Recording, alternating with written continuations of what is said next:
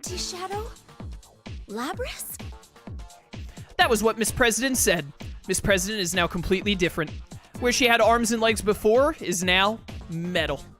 Her form was now exactly the same as the Shadow, including all the mechanical parts. All systems are clear. Commencing elimination.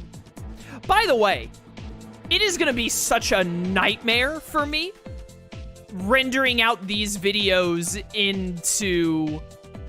rendering out this stream into videos for YouTube. Like, it's gonna be an actual nightmare finding breakpoints through that, like, 2.5-hour session of Labras. Miss President then swings the giant axe with ease and begins fighting against the Shadow. Amazing, that's the only word that comes to mind. She transformed from cowering girl into a robot, trading blows with the Shadow in an instant. And she doesn't even have a persona. I can't believe this. You completely shut off your ego. So you don't care if you live or die, as long as you don't have to face up to what you really are? How ignorant are you? The Shadow growls and destroys the announcement room door, making her escape. Miss President follows suit. Miss President! She doesn't acknowledge my voice in the slightest. I'm left dumbfounded in the room, trying to make sense of what I just saw. Miss President isn't human? But that can't be. It seems I came too late. She's an older generation model, yet she's this powerful? Well, well, well, if it isn't Best Girl. The one that appeared from the broken door was... Wait, what? How do I put this in words? It was a woman wearing a white fur coat, but with some kind of skin-tight bodysuit? Like a secret agent from one of those action movies guys like so much. Given her taste in clothes, I have no idea what kind of person she is at all. The best. After she looks us all over, she gracefully raises her hand in the air. And then... Artemisia. She summoned a persona? I tense up on instinct, but while I'm still in shock, the wounds on Yukon's body heal instantaneously. She's not an enemy? No way. You can use a persona? Actually, I didn't sense you at all. Who are you? Well, since you've all become unavoidably involved with this, I'll at least tell you who I am. My name is Mitsuru Kirijo. In a way, I'm the one responsible for this commotion. A persona user besides us. Wait, I feel like I've heard the name Kirijo before. What do you mean you're responsible for this? Do you also know the reasons behind what happened a moment ago? I'm sorry, but there's only so much I'm at liberty to tell you. Though it's only natural for you to have your doubts, I'll try and answer to the best of my ability. Mitsuru-san sighs before telling us about the sequence of events leading up to now. Even though it was simplified, what she told us came as a huge shock. She told us that shadows not only appear in the TV world, but there are cases where they appear in the real world as well. On top of that, there's a never-ending battle, and Mitsuru-san is leading an organization created to fight those battles. And one of the weapons created for this was Labras. That would be Miss President, who was with us until a moment ago. Oh, wait, I had a feeling that I heard the name Kirijo before. The Kirijo Group. It's not just a stock brokerage, it's a huge corporation that manufactures a lot of things. And if her last name is Kirijo, then that means this giant corporation is... And she's... Whoa, my mind is spinning from all the implications of this. I need to slow down for a moment. After I stop for a second and consider everything again, one thing stands out to me the most. I can't believe this. A machine made with a heart so it could use a persona. Well, we did just see it in action. I understand that it's hard to believe, but I'm not lying to you. It's the truth. Of course, I didn't expect a shadow to emerge from her like that. Mitsuru-san continues on after looking us straight in the eye. You should leave the rest of this to us. It's all right if you back out now. Her words have an air of authority to them. She seems very strong-willed. This is a person who's well aware of the gravity of the situation. She's right, though. Ordinary high school students like us probably shouldn't be involved in a case like this. Ordinary? Ordinary. Ordinary? Even though she healed Yukon, I can't help but worry about him. I'm concerned about the friends left behind as well. Oh, Narukami is in the room with us. Still. I understand what you're saying, but I can't leave Miss President like this. What? Why not? From what you told us, it seems like she was created only to fight. But I can't claim that this has nothing to do with me. The way she talked was just like a normal girl. Miss President was suffering, even if she was a robot created only for fighting. I can't leave her be after seeing her so emotional. She's not just a robot anymore. And I promised her that once we got to the bottom of this, we'd go out and have fun together. I can't break that promise. If she has a heart, that's all the more reason I can't turn my back on her. That's right. It doesn't matter if she's a machine. She and I were able to relate to each other. And she protected us. But what about your bento? If she's suffering right now, then I want to be by her side and support her. To Mitsuru-san, this may seem like nothing more than an emotion-fueled plea coming from an unrelated high school student, but I still don't want to back down. I'd like to make a request too. Yo, my man. Will you take Yukiko with you? Yukon? Don't worry about us. You need to save Labras right now. That's right, Yukiko-senpai. You gotta do your best in our place. I see what's happening here. I see what's going on. Narukami just wants some alone time with Rize. Assuming this is based off my playthrough, they're dating, so it makes sense. I respect it. Yukon, Rize-chan, thank you. Mitsuru-san looks at us waiting tensely and furrows her brow, and then speaks up. If you're still concerned about Labras despite knowing the dangers involved, then I won't stop you. Thank you. But we can't waste any more time. Let's go. Coming. Mitsuru-san takes the lead and exits the announcement room. You think Persona 6 will mention the Kirijo group or anti-Shadow Squad that Mitsuru has been leading? No. I would actually be very surprised. They might mention the Kirijo group as, like, references or in passing here, because in the Persona universe, the Kirijo group is a massive corporation in Japan. But, like, do you mean, do I think they will use the Kirijo group or the Shadow Operatives in, like, a story perspective? No, I don't, because I think every Persona game is very self-contained and focused on the cast that they created for that game, and that's what they focus on. And then stuff like the Shadow Operatives and whatnot and linking the games together is relegated to spin-offs, like this game, or I assume the Persona Q games, which again I haven't played yet, etc., etc. I sprint after her. Yukon and Rize-chan cheer me on. I feel their support boosting my spirits. This is the course I've decided upon for myself. I have no doubts anymore. I must accomplish this no matter what.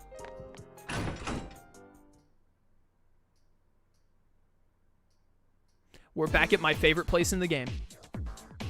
I wonder how the second halves of these stories are gonna go since, like, the Grand Prix thing isn't going on anymore. Who are we going to fight, and how are they going to force fights to happen? My guess is that somehow Shadow Labris words, not Labrish. We're definitely ending at 3 hours. But my guess is that Shadow Labris is gonna do that creating shadows trick, or I think that was her masquerading as them, but I think we'll fight shadow versions of characters, because I know that's a thing in the game, obviously, so that we have something to fight. Like, surely there's gotta be something to fight other than just Shadow Labris in these second halves. Otherwise, it's gonna be very little combat. I mean, the game is already so little actual combat in the story. That would be insane. I follow Mitsuru-san and chase after Labris. Those invisible walls are still in the way. Trying to chase someone down while being blocked at every turn is really annoying.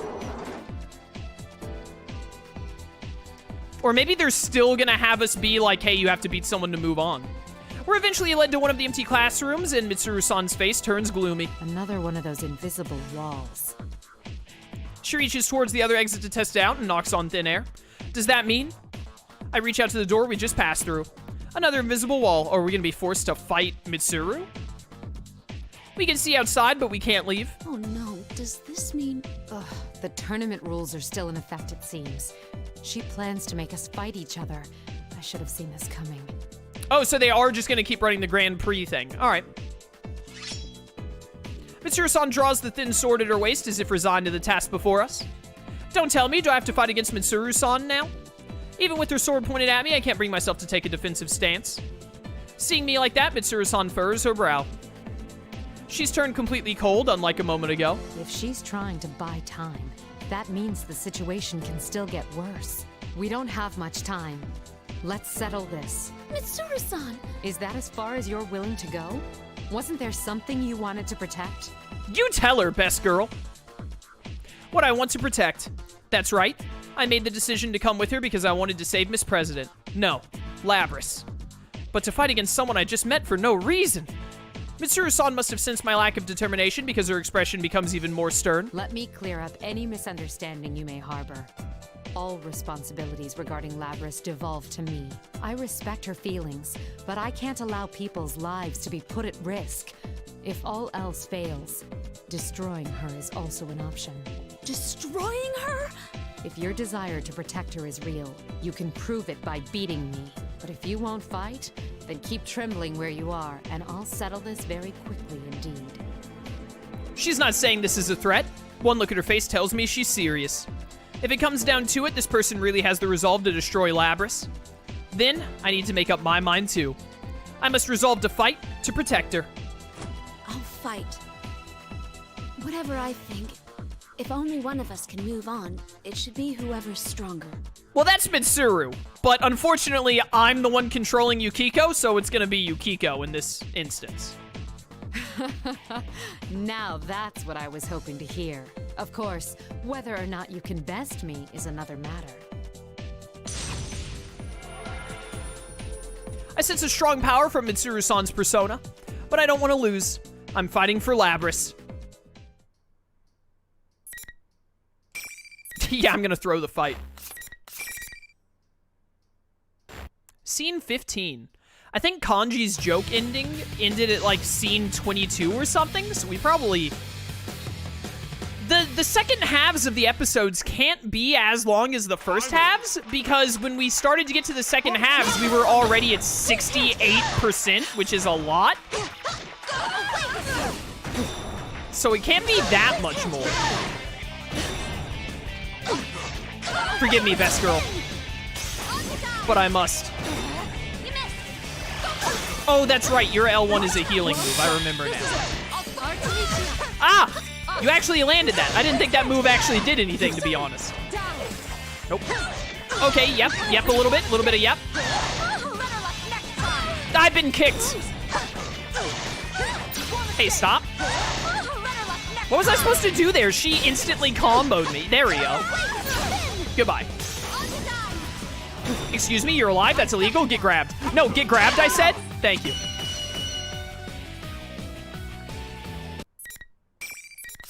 I'm a gamer. Well done. You have proven your resolve. Upon saying so, Mitsuru-san smiles. It seems that the sternness she had before the fight wasn't genuine. Now, go after her.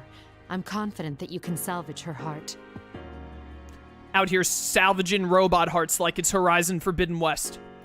Even though she had spoken about destroying her like an object before the fight, she just said her heart. Could it be? Did you let me win on purpose? That's the only logical answer. I object to the question. I don't indulge people in critical situations like this. Yeah, she's right. The stern words Mitsuru-san said before we fought may have actually been an attempt at kindness on her part. Me going forward instead of her means that if worse comes to worse, I will have to make that painful decision myself. If you think of it like that, losing on purpose wouldn't be kind at all. I chide myself for having such soft thoughts. Saving someone's life isn't something that you can do half-heartedly. It was the same with last year's case, too. Since I fought Mitsuru-san and won, I must accomplish this no matter what. Okay, then I'm going now. And I'm coming back with Labrys no matter what. That's the spirit. I'm counting on you, Amagi. I turn my back towards Mitsuru-san and run out of the classroom. I hurry and try to make my way to Labrys as quickly as possible.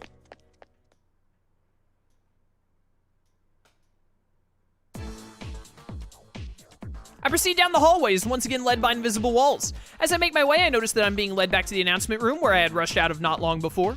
What's the meaning of this? The door that was destroyed earlier is back to normal, and I don't see Yuko nor Rizei-chan around here either. I try opening the door. I need to figure out why this is happening.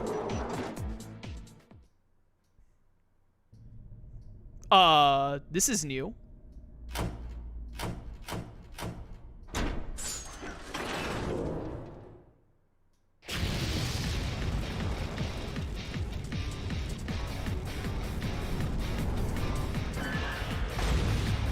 Was that a bunch of people in an incinerator?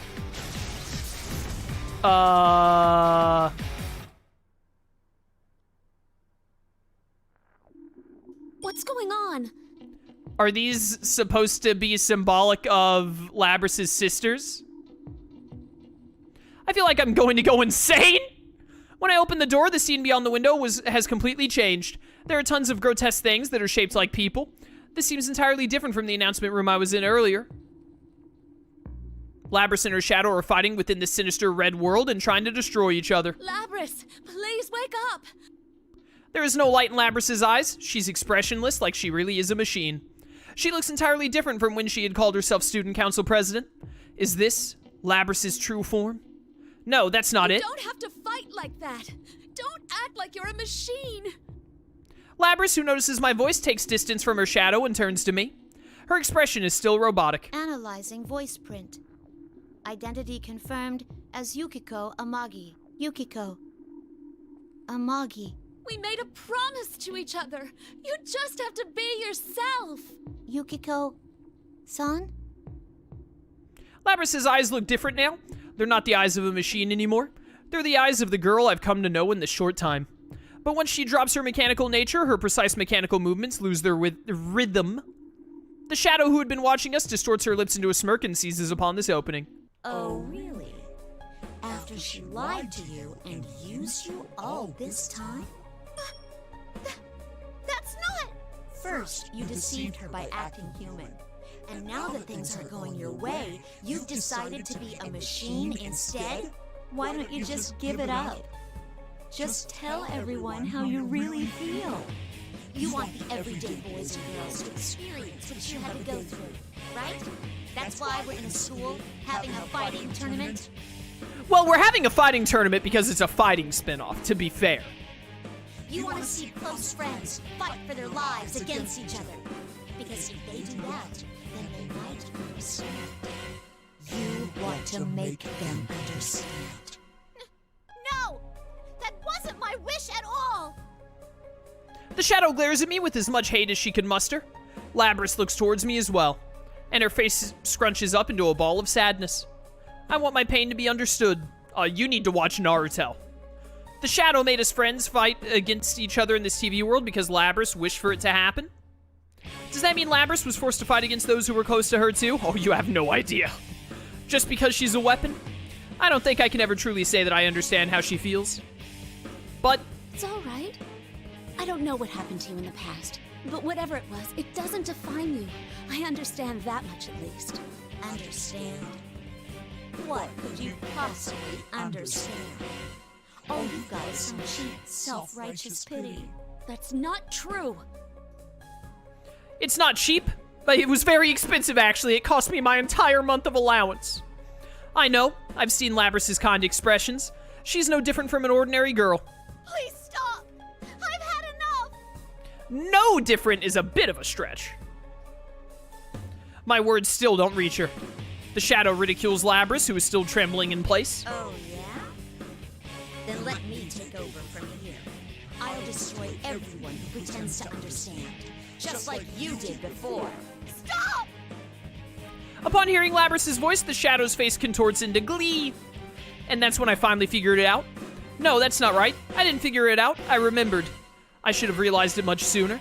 A shadow's true objective? Yeah, you know, the thing that you people never stop from happening despite how many times it happens to you. Well, you stop them from taking let me make it very clear. You never stop the people from saying you're not me or whatever, but they do stop them from killing the person. No! You're not me! Yep. We are officially 0 for like 78 on the Persona 4 cast from stopping characters who are in the Shadow world from saying you're not me. How do they fail at this every single time? Yes, that's right. I'm myself. I'm not you anymore.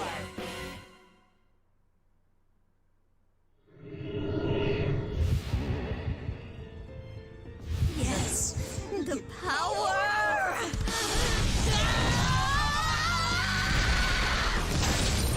We saw this in one of the other episodes, didn't we? Teddy's or Naoto's, I think?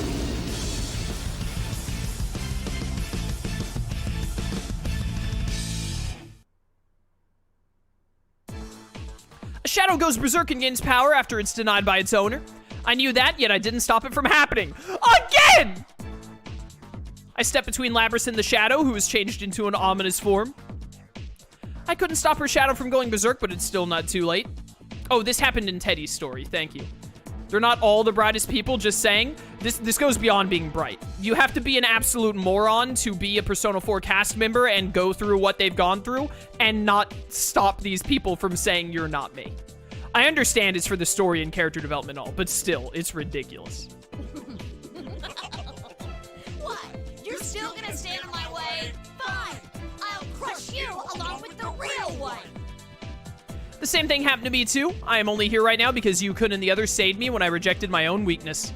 And just like then, someone needs to step in and save someone else. This time, it's my turn to save Labrys.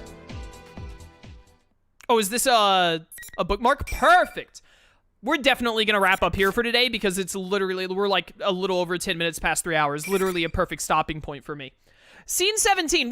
This might be the last fight of Yukiko's story, which if that's true, that's insanely quick how fast the second half of the stories go through, because we got to this point in about 20 minutes. So if this is the end or near the end, the second halves of the story will go pretty fast. And if that's the case, maybe, if the other stories follow a similar thing, maybe like 2 more streams, we can finish the Persona 4 Arena story, and then we'll get to start the Ultimax story, I guess, after that. But yeah, good. That's going to be it for today. We'll wrap up here and come back to this bookmark next time. So, for those of you watching on YouTube, I hope you enjoyed it. That Labrys storyline was chef's kiss. That was great. That was very good. But yeah, when we come back next time, we'll wrap up Yukiko's story, and then we'll move on to probably Yosuke, Chie, Teddy, and Kanji. If they go quick, like I think we might be able to knock out like all of those secondary stories next stream, but we'll see what happens. So yeah, if you want to catch these live, let's link to my Twitch channel description. I'd love to see you there, or keep watching on YouTube. I appreciate the support either way. Until next time, farewell.